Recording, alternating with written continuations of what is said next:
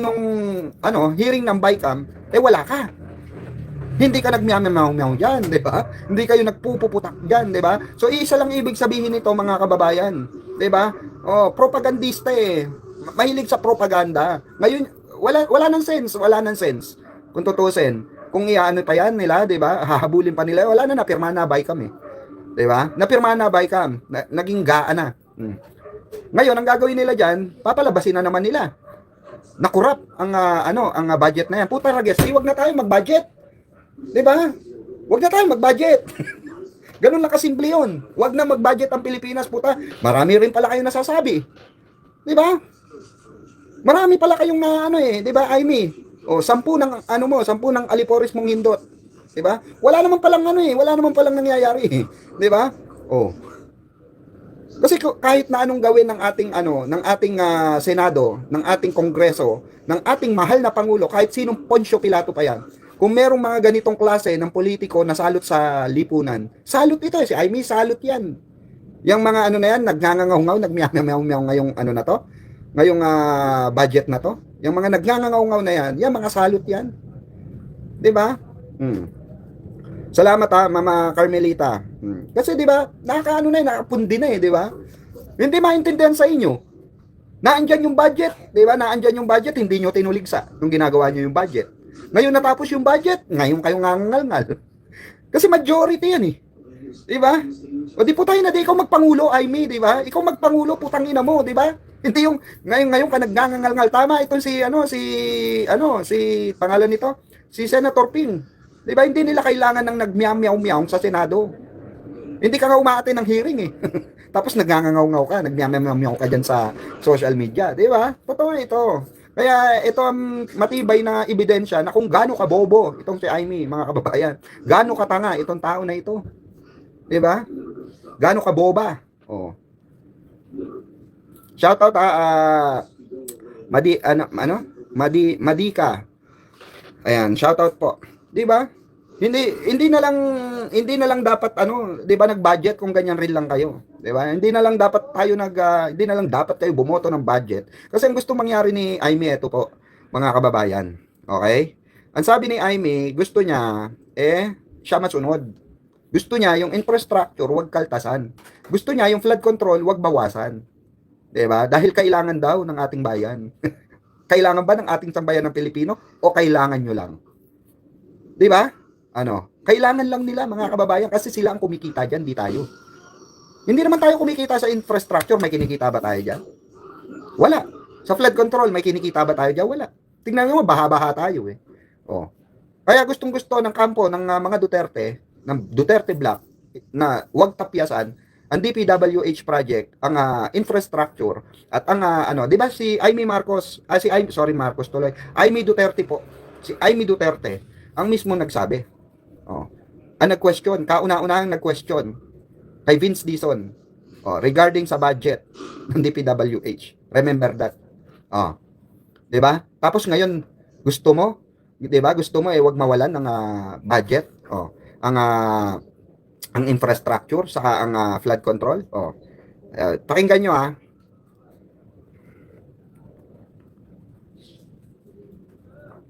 control budget. Baka sabihin nyo, Sir Marcos, good morning. Pakinggan nyo to Blessed 2026. Yes, talaga naman. Yan ang inaasahan ng lahat. Magandang umaga and Happy New Year sa Wait lang lahat.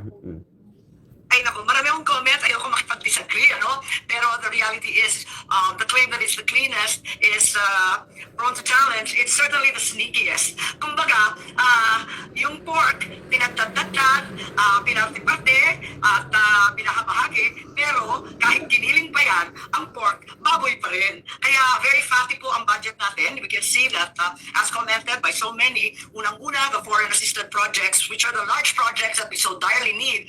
In DOTR, for example, yung mahiwagang traffic, nako, ikaw, lumalagari ka, Karen, mula Makati hanggang Quezon City. Yung Metro Manila Subway, wala nang pag-asa. Yung North-South commuter train, wala na raw pag-asa. Ang pinapalabas niya kasi rito, mga kababayan, wala nang pag-asa, hindi na mabubuo, ibig sabihin. Yun yung ibig sabihin niya. Eto ang tanong dyan, mga kababayan. Bakit? Nung si Duterte,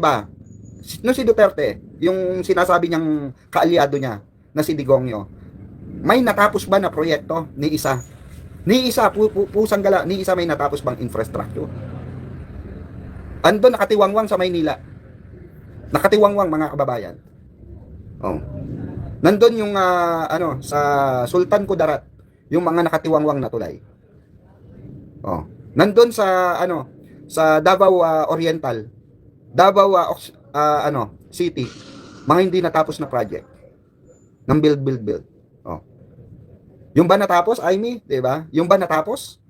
Oh, tapos ito tutulig sa imo tong budget na to, samantalang nung nasa Baykam pa yan, hindi ka nagngangangal diyan. Hindi ka nag-ano diyan, 'di ba? Hindi ka nagsalita diyan. Oh. rin sa DOTR. Tuloy natin. Also, we have the DPWH, the big projects there, the Metro Manila pumping stations, na alam naman natin, wala nang pag-asa rin yung Malabon, ang Caloocan, hanggang sa Nabotas. Parati na lang binabaha, konting ulan, pati Senado, pagpihila. At saka yung mga... narinig nyo sa bunganga niya, ng gaga na to. Narinig nyo. Wala na daw pag-asa ito dahil binabaha. Unang-una sa lahat, hindi pa Pangulo si Bongbong Marcos, mga kababayan. Hindi pa Pangulo, yung kanyang yung kanyang kono ay kapatid, no? Kasi hindi naman na tinuturing na kapatid to eh. Oo. Ito po ay talagang nagbabaha na. But wala nagawa yung dating administration regarding this. 'Di ba? Tapos ipupukol niya, hindi natin makuha yung point of view niya rito eh. Pero nakukuha ko kung anong hidden agenda niya.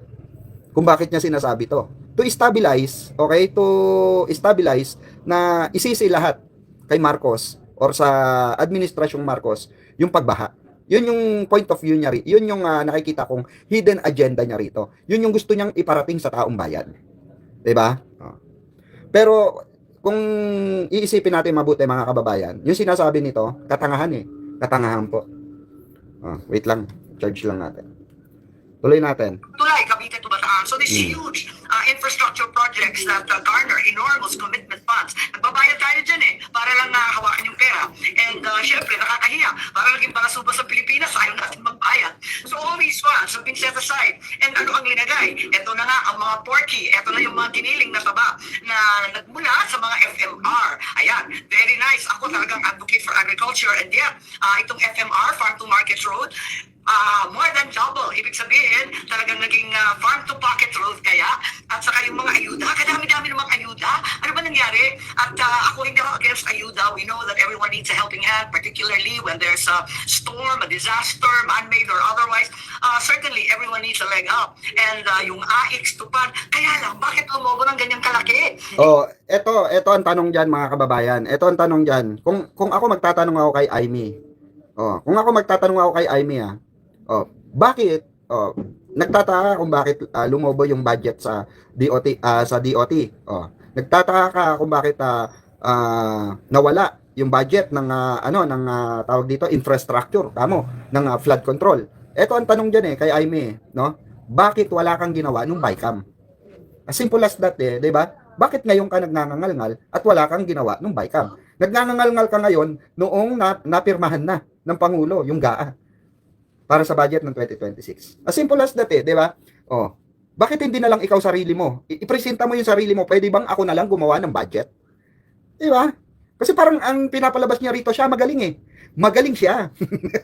Alam mo, hindi ka magaling, Aimee. Digaling ka. Magkaiba yung magaling sa digaling. Aimee Duterte, digaling ka lang. Ganun yon, di ba? Sa lahat, yung sa may sakit pa, yung ma-ifip ng DOH, pinaglalaban ko noon, sana bigay na lang sa mga local hospital. Tagal kong governor, naghihikahos lahat ng local hospital. Bakit ibibigay na... Narinig nyo, naghihikahos daw ang mga government hospital according sa kanya. Nung siya ay governor, hindot ka pala eh. Hindot ka palang literal, Aimee. Puta, sasabihin mo, gaano ka katanga na, di ba? Sino bang presidente nung ikaw ay governor? Hayop ka. Sino ang presidente nung ikaw ay governor? Di ba? Mga kababayan, ang sarap tampalin nito sa totoo lang, pag nakaharap, yung tipong nakaharap mo, ang tanga mo naman, no, senator. No? Napakatanga mo, 100% tanga ka. Di ba? Anong kinalaman? Okay? Na isisi mo, yung na ikaw ay governor, naghihikahos ang public, mga hospital. na ngayon ay tinutuligsa mo dahil gustong paunlarin, bigyang benepisyo ang matatanda, ang mga senior citizen ng zero billing? Oh, alam niyo po ba kung bakit tumaas yung pinakita natin kanina? Kaya po tumaas ang budget ng DOH dahil pinatupad po ni Pangulong Bongbong Marcos para ma-cover up yung zero billing. Ganun po yun. Pero itong tanga na ito, hindi ko alam eh. Obvious na obvious, hindi Marcos to, mga kabab. Kaya, alam niyo kung ano to? Alam niyo kung ano to si Amy? Kahihiyan ng Marcos ito. Hindi ito Marcos. Kahihiyan ng Marcos. Apakabobo eh. Di ba? Hindi mo in-indicate kung bakit tumaas or bakit hindi mo man lang alam. Hindi mo ba alam na may pinapatupad ang may pinasang batas na zero billing? Hindi mo alam 'yon na merong pinush na zero billing si Senator Risa Hontiveros? Hindi mo alam 'yon. Putay. Naglolokohan talaga tayo rito eh. Di ba? Naglolokohan tayo mga kababayan. Naglolokohan tayo sa mga senador di pulpol na nauupo diyan. Puta senadora ka, hindi mo alam na may zero billing sa Hindi mo alam na mayroong zero billing na kailangan pondohan sa DOH. Ngayon kay questionin niya, mga kababayan, itong DOH, bakit daw lumobo ang budget? O, di ba tanga? Paano mo i-cover yung zero billing kung hindi mo dadagdagan ng budget? Ang tendency niya, shortage ka. Paano mo may cover up yun? Ang gusto nga mangyari ng Pangulong Bongbong Marcos, ma-cover up yung zero billing para sa matatanda, para sa mga walang pambayad. Matulungan yung mga naghihikahos dahil 101% mga kababayan, malaki ang matutulong ng zero billing sa mga matatanda at nangangailangan at walang pambayad kagaya ng mga nanonood dito. Malaking bagay yun. Tapos ito si Amy tanga. Questionin mo yung benepisyo para sa taong bayan. Gaano katanga to?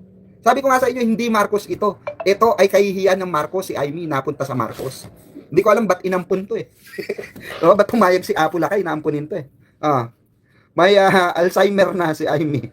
'Di ba? Matanda na. Matanda na siya. Dapat di na manalo sa susunod. Puta, pag nanalo to, mga kababayan, pag nanalo pa to, napakabobo na natin. Napakabobo na ng mga butante. 'Di ba? Sobrang bobo na ng mga butante talaga. Pag nanalo pa tong tanga na to. Pakinggan natin. Naman per district sa mga iba't ibang politiko. At ang Pilipino ba, kailangan lumuhod sa politiko para maging, para magamot, para makapasok sa ospital, para makalabas ng ospital. Para sa akin, hindi yata tama yun. Alright, okay, isa-isahin po natin yan, Senator Marcos. So, it's been described as soft pork. Magkano po ba talaga sa tansya po ninyo ang soft pork sa budget na ito? Well, marami kasi dyan sinasabing ito yung kine-question ni Amy. Sa mga hindi po nakapanood kanina, no? Or hindi nakakita nung tagpo ng zero billing, okay? Ipapakita po natin mga kababayan para po makita nyo kung bakit nadagdagan yung budget or lumobo yung budget ng DOH. Dahil po dito yan mga kababayan. Ayan po. Pakita natin. Ayan po mga kababayan. Dahil dyan po mga kababayan. Okay? Nakikita nyo naman, di ba? Zero billing sa mga ospital simula na. Okay? Ayan 3 out of 4 families. Ayan. Noon, libo-libong gastos, ngayon bagong pag-asa. Yan po yung balita, mga kababayan, na kung saan pinondohan ng ating mahal na Pangulo itong DOH para po ma-cover up itong zero billing sa lahat po ng DPWH, ng DOH, under DOH na hospital. Kasama po ang mga level 2 at level 3 LGUs hospital. Meaning to say mga kababayan, sa mga syudad ninyo, meron level 2 at level 3. Okay, magtanong po kayo sa munisipyo kung ano ang mga cover ng level 2 at level 3 LGU hospital, kasama po yan sa zero billing. Complex cases at surgeries, covered na po yan. PhilHealth benefits plus DOH funding. Okay? Ito yung katangahan ni Amy na sinasabi ko mga kababayan. Ito po, hindi niya alam to. Sa tingin niyo hindi niya alam to? Na kailangan pondohan to? 'Di ba? Hindi niya alam. Kalokohan, meaning to say, kung hindi niya alam to, totoo yung sinasabi ni Senator Ping Lacson. Hindi siya nagtratrabaho sa Senado. 'Di ba? Ganun lang kasimple yun. Kung hindi mo alam tong pinapatupad or agarang sinabi ng ating mahal na Pangulo na 1 billion immediate fund. Ayan Yan po. Malinaw na malinaw yan mga kababayan na nagdagdag pondo ang ating mahal na Pangulo. Hindi lang yan mga kababayan. Marami pa. Maging sa education. Dahil nga bakit? Naipasa na po ang batas ng libreng libreng pag-aaral ng mga scholars.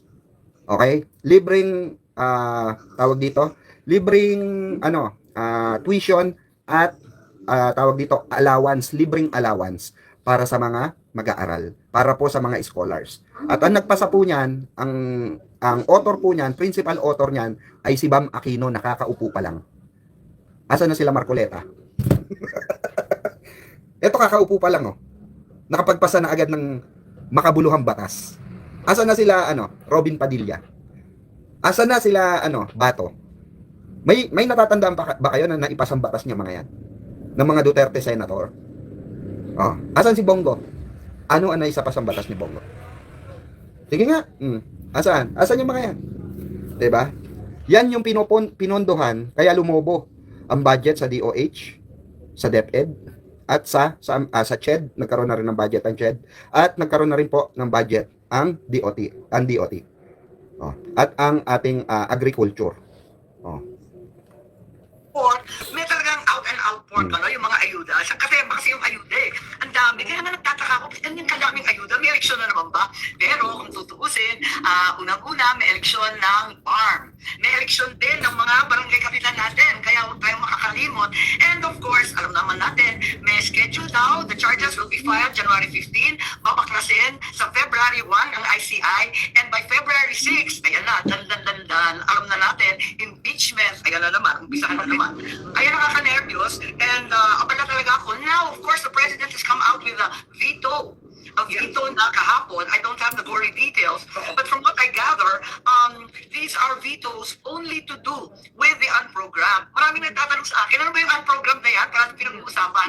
Yung unprogrammed, kumbaga sa household, kapag nakachamba ka, nakapagtipid ka, nakadali ka ng murang bigas, pag may savings ka, o yung anak mo, o at least hindi na nagastosan, nagka-scholar, ayun, yun ang ating unprogrammed. Kumbaga, nagkaroon ka ng extra income. So in truth and in fact, the unprogrammed funds are not a part of the 6.8 trillion budget. They're not a part of the budget kasi wala pang pera yan eh.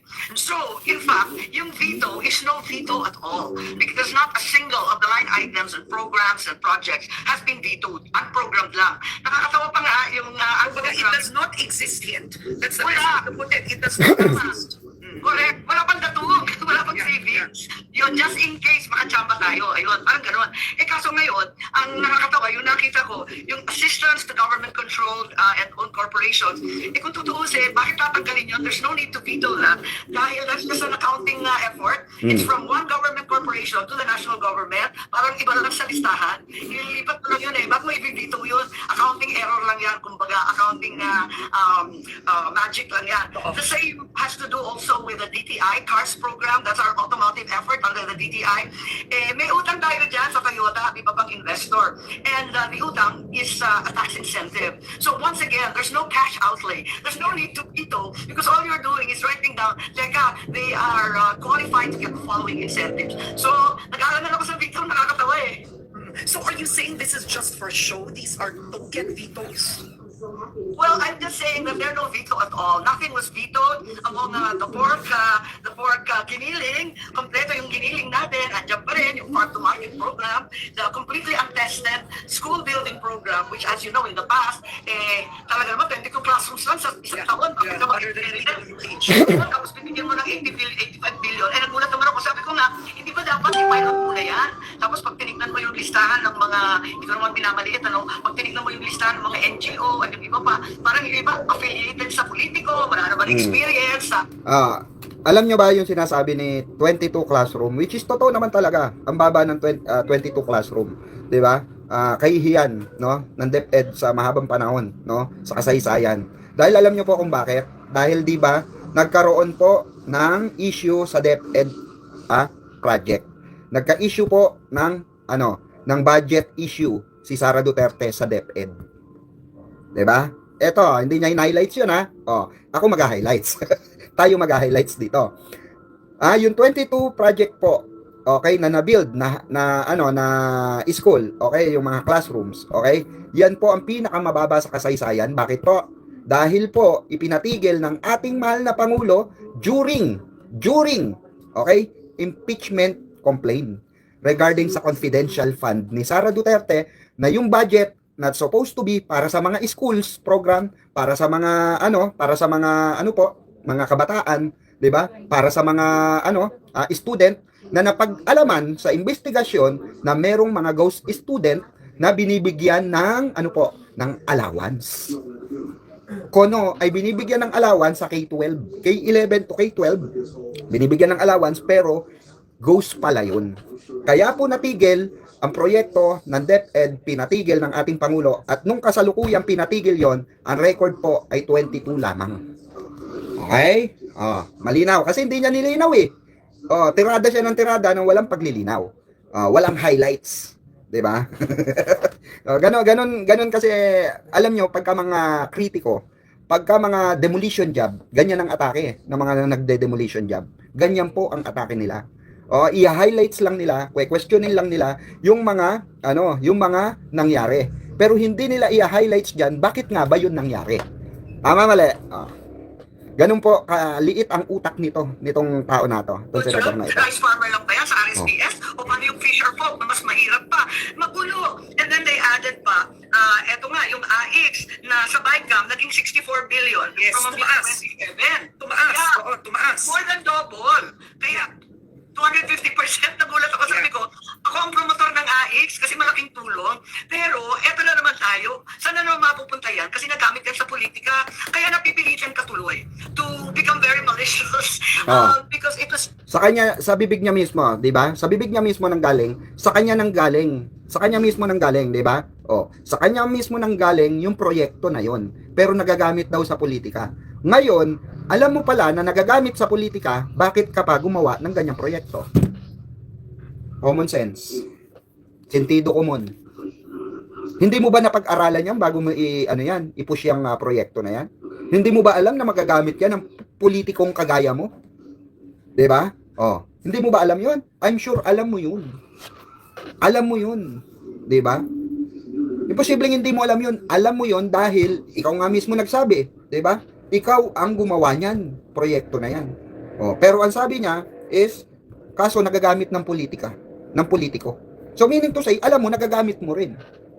Politiko ka eh. 'Di ba tungaw? Used in the last election, is it going to be used once again in the coming elections as well as the impeachment? Tama, Ma'am Donairos. Senator Marcos, are you saying this as a concession being made by President Marcos Jr. for legislators in the lower house? Are you seeing this as a concession? Well, given the extraordinary, humongous amounts, we are compelled to think twice. Bakit kaya? Samantalang, ang direly needed natin ang mga infrastruktura, yung subway na yan, yung mga tren, yung ating... Narinig nyo na, lumabas na ang kagarapalan ng mukha ni Aimee. Bakit popondohan ni Pangulong Bongbong Marcos ang infrastructure right now? Bakit popondohan ni Pangulong Bongbong Marcos ang flood control at mga infrastructure kung iniimbestigahan? Dahil nga dyan sa infrastructure na yan, makinig ka tanga, Aimee, makinig ka, 10 ng alalay mo, no? Bakit popondohan ng presidente yung may anomalyang mga proyekto? Dyan nga nanggaling yung mga issue ng flood control yung mga ghost project infrastructure diyan nanggaling. Tapos gusto niya mangyari ngayon, mga kababayan, dahil nga kinokondena niya yung budget ng 2026. Ngayon, 'di ba? Bakit gusto mo nalagyan pa rin ang infrastructure? Bakit gusto mong lagyan pa rin ang flood control? Kasi gimmick nyo lang lahat yan 'di ba? Gimmick lang nila lahat na antay sila kunwari sa flood control, pero ang totoo sila ang may pera sa flood control. Sila ang may pera sa infrastructure. Sangay-sangay yan sila. Kaya nga 'di ba? Lumabas number 2 siya, number 2 siya sa DPWH. 'Di ba? Number 2 siya. Una si Chis Escudero, pangalawa siya. Sa pinakamalalaking suggested project sa DPWH. 'Di ba? Ganyan katanga to, mga kababayan. Kayo papayag ba kayo na kung ikaw ang presidente, kung ikaw ang gagawa ng budget, kung ikaw ang ang tawag dito, Senate or ikaw ang Congress, papayag ka na yung iniimbestigahan na may mga anomalya popondohan pa rin? Natural hindi. Sinong tanga na senador or sinong tangang kongresista na habang iniimbestigahan itong maanumalyang mga flood control at ghost project infrastructure, papayag kang pondohan? Eh, dyan nga sila nagkakandaleche-leche. Dyan nga nagkandaleche-leche budget. Dyan nga lumago yung kayamanan ng mga politikong ito. Oh, 'di ba? Kasabuat ang mga ano, kasama ang mga kontraktor, 'di ba? Oh. Ports, ang airports, all the things we need for tourism and trade, all of that is not being put in place. In fact, we are gouging our government corporations, our PDIC. Ayan na, Oh, yung PhilHealth. ito yung ano naman niya, hanas naman niya sa DOT, Department of Tourism. Alam nyo, hindi ko maintindihan sa tao na to kung senadora ba talaga to. Kasi walang alam sa mga proyekto ng kanilang sektor. Okay? Unang-una mga kababayan, itong DOT, alam naman natin baksak ang turismo from the past few years. Dahil bakit po? Dahil nga diyan sa flood control na yan, dahil sa mga pagbaha, 'di ba? So nalilimitahan yung ano natin, yung turismo. At yung mga facilities na ginagawa, no? Ginawa ng San Miguel Corporation, no, sa NAIA at kasama ang ating buting FL, First Lady, Araneta Liza Marcos, mga kababayan. Ginawan po nila ng kapamaraanan para po mapaganda at ma-accommodate. Nagbigay po sila ng OFW lounge. Libre po lahat OFW lounge habang nag-aantay ng kanilang flight. Libre ang kape, libre ang tumambay, libre inumin. 'Di ba? May mga biskwit doon, may mga tinapay na pwede ka magpalipas oras. Binuksan po 'yan sa NAIA. Tapos nagdagdag po at pinapaganda yung saan po? Sa Boracay. Pinapaganda po yung inaayos yung airport doon. Dahil nga sa department. Tapos itong tanga na ito. Hindi niya alam 'yun. Hindi niya po alam 'yun. Tinutuligsa lang niya ba't malaki budget. Ikaw hindi mo alam kung bakit malaki budget. 'Di ba? Bakit kami mga vlogger alam namin? I mean, common sense, 'di ba? Bakit tayo alam natin, mga kababayan? Bakit ito senadora to, senadora hindi niya alam. Ang alam lang niya lumaki. Dahil kukurakutin di umano. 'Di ba? 'Yun yung pinopoint niya rito, kukurakutin lang. Alam mo pa lang kung alam mong kukurakutin, bakit hindi sa preliminary pa lang? 'Di ba? Ng budget hearing, hindi ka na nagsalita. Anong sense sa interview mo ngayon? 'Di ba? Atakihin yung administrasyong Marcos. Yun lang yun eh. Yun lang yun, mga kababayan. Atakihin, destabilization. Magalit ang publiko, ang sambayan ng Pilipino sa administrasyong Marcos. Yun ang gusto niyang mangyari. Yun ang gusto niyang palabasin sa lahat ng statement na binigay niya. Asan yung laman ng statement niya? Wala. Tayo ang nagpaliwanag ng nilalaman ng mga statement niya. Vlogger pa. Buti pa tayo, mga kababayan, may nalalaman sa mga budget kung bakit tumaas yan. Bakit tumaas to? Bakit nagdoble ang budget na to? Dahil kailangan ng sambayan ng Pilipino. Kailangan ba natin ang flood control, ang infrastructure kaysa sa kalusugan? Kaysa sa sa napag-iwanan ng mga eskwelahan, ng mga kabataan?